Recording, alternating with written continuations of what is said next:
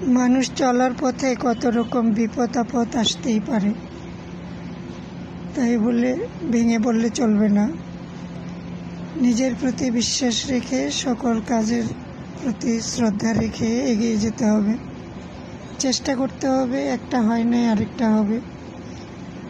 মনে ছোট করে অনেক সময় পিছিয়ে গেলে অনেক কিছু হারিয়ে যায়, জানা অজানা জিনিস। প্রত্যেকটা মানুষেরই কোনো না কোনো গুণ থাকে, যে যেভাবে পারে একটা হয় নাই আরেকটা চেষ্টা করতে হবে। সবাই সবার কাজের প্রতি নিজের প্রতি আত্মবিশ্বাস রেখে এগিয়ে গেলে, চেষ্টা করলে কোনো না কোনোভাবে সেই সফল একদিন হবেই। তাই কোনো একটা কিছু ক্ষতি হলে চুপচাপ বসে না থেকে আরেকটা কাজ নিয়ে এগিয়ে যেতে হবে।